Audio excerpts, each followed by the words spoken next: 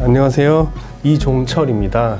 저는 경제활동을 롯데그룹에 소속되어 있는 캐논 코리아 본사에서 근무를 시작을 했고요. 컨설팅 펌에서 CSR, ESG BU CTO를 역임했고요. 지금은 JC&컴퍼니에서 ESG 경영연구소를 설립해서 다수의 기업, 대학, 공공기관에서 강의 및 컨설트를 진행하고 있습니다.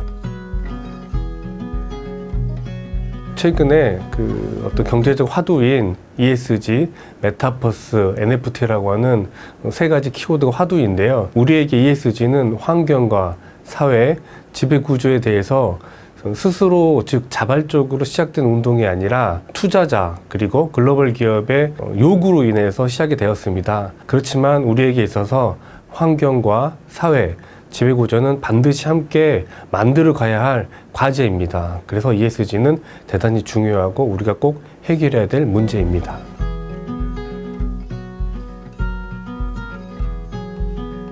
글로벌 기업, 대기업은 글로벌 공급망과 투자기관의 요구로 인해서 ESG에 대해서 준비하고 진행하고 있습니다. 그렇지만 아직까지 공공기관에 있어서는 ESG에 대한 준비 부족과 여러 가지 어려움이 처해 있는 상황입니다. 니즈가 있고 중요성은 인지하고 있지만은 어떻게 풀어가야 될지에 대해서 어려운 상황이고요. 최근에 K-ESG 가이드라인이 오픈되어서 정책 방향을 준비하고 있는데 이 방법으로서 ESG 위원회를 조직화하고 긍정적인 어떤 부분에 있어서는 중요성과 노력은 돼 있지만은 현실적으로 어떻게 해야 될지를 모르는 상황입니다. 경기도에 있는 모 시를 대상으로 해서 ESG 행정, 경영에 대해서 제안을 드렸고 관계 부서에 계신 분들하고 여러 번의 미팅을 통해서 말씀을 드렸습니다. 그런 과정에 있어서 최초에 말씀드릴 때는 ESG 행정에 대해서 공감대가 형성되어 있지 않았었는데 ESG 행정의 중요성을 깨달으시고 같이 고민을 했습니다. 현재 해당 시의 상황을 한번 살펴보고 가장 첫 번째로 시행했던 게 그 당시의 상황에서 쓰레기 배출에 있어서 시별로 한계점에 도달하고 있는 상황이었습니다.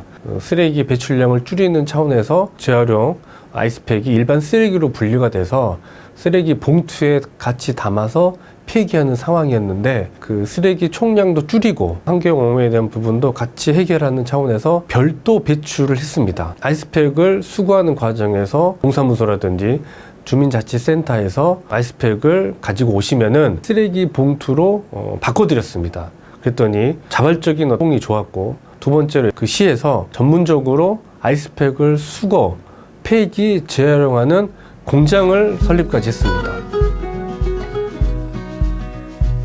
가장 어려워하시는 부분이신데요. 중요성이라든지 시대 화두는 알고 계시는데 부서에서 ESG 경영에 대해서는 기본적으로 글로벌 스탠다드인 GRI를 통해서 문제를 해결해야 됩니다. 그리고 리포트가 나와야 되고 점검이 이루어져야 됩니다. 먼저 기관에서는 그 기관의 ESG 미션 그리고 비전, ESG 가이드라인에 따라서 정비가 필요합니다. 두 번째로는 각각의 항목을 살펴보시고 현재 하고 있는 업무를 바탕으로 인해서 ESG를 풀어나가셔야 되고, 세 번째로 환경 부분에 있어서는 예를 들어서 점심시간에 소등을 하신다든지 폐기물 총량 리포트를 만들어내시고, 사회 부분에 있어서 주민과 민원과 사생활 보호, 인권 보호, 정보 보호, 아동 보호의 이주민 관리 조사 등 이런 것들에 있어서 육아휴직, 보고 관행, 윤리 및 투명성이 이루어져야 됩니다.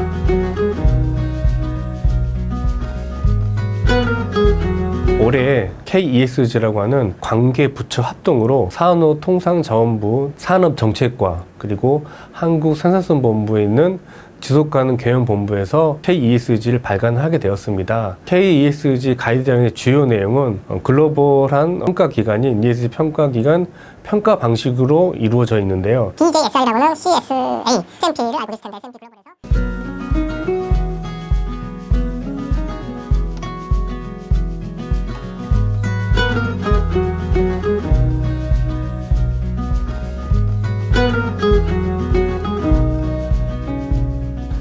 현업에 있어서 ESG 컨설팅을 하다 보면은 현장을 방문해야 됩니다. 그럼 우리가 중대재해처벌법이라든지 어떤 공사 현장에 있어서도 어떤 그 안전 가이드라인이라든지 가이드라인이 있지만은 그거를 실행하기가 현장에서는 좀 어려운 부분이 있습니다. 그래서 현장에서 그 공공기관도 특히 현장을 감독하는 역할을 하고 계시기 때문에 현장에서 ESG와 관련된 어떤 부분들을 찾으신다고 한다면은 충분히 이루어질 수 있는 상황이라고 봅니다. 본인 현업에서 현장에서 답이 있다.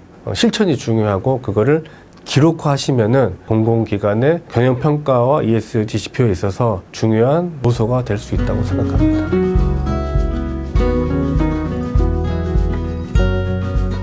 강의를 하시는 분들은 많이 계십니다. 근데 ESG라고 하는 거는 아시겠지만은 환경적인 부분, 그리고 사회적인 부분, 또 거버넌스적인 부분 되게 어렵습니다. 환경적인 부분에 있어서 환경화 어떤 박사라든지 전공하신 분들이 같이 인벌브 되셔야 되고요. 그게 컨설팅까지 이루어지기 위해서는 사회적인 부분에 있어서도 노무법인이라든지 뭐 회계법인까지 같이 협력해야 되고 노무법인도 같이 협력을 해야 됩니다. 강의까지는 할 수 있지만은 컨설팅이라든지 진단은 쉽지 않은 영역입니다. 글로벌한 기업들은 대형 로펌이라든지 대형 회계법인을 통해서 이루어지지만은 어마어마한 이제 비용이 발생합니다. 중견 기업이라든지 공공기관은 많은 비용을 들여서 컨설팅 받고 진단하기는 쉽지 않기 때문에 현실적으로 어려운 상황인데 저는 대형 법무법인, 회계법인, 그 대형 노무법인하고 함께 컨소시엄을 통해서 컨설팅이 이루어지고 리포트하고 동향이라든지 현장 실사, 개선 방향, 솔루션까지 제안할 수 있다는 게 저의 장점이라고 말씀드릴 수 있겠습니다. 제가 그 현업에서 실제적으로 그 진행한 사례라든지 방법들을 같이 공유하고 말씀드릴 수 있겠습니다. 우리 기후 온난화라든지 기후 위기라고 지금 표현하고 있습니다. 시간이 많지 않습니다. 우리에게 주어진 시간이요. 실제적으로 ESG는 우리한테 필요한 상황입니다. 관련해서 문의를 주시면은 최선을 다해서 도와드리도록 하겠습니다.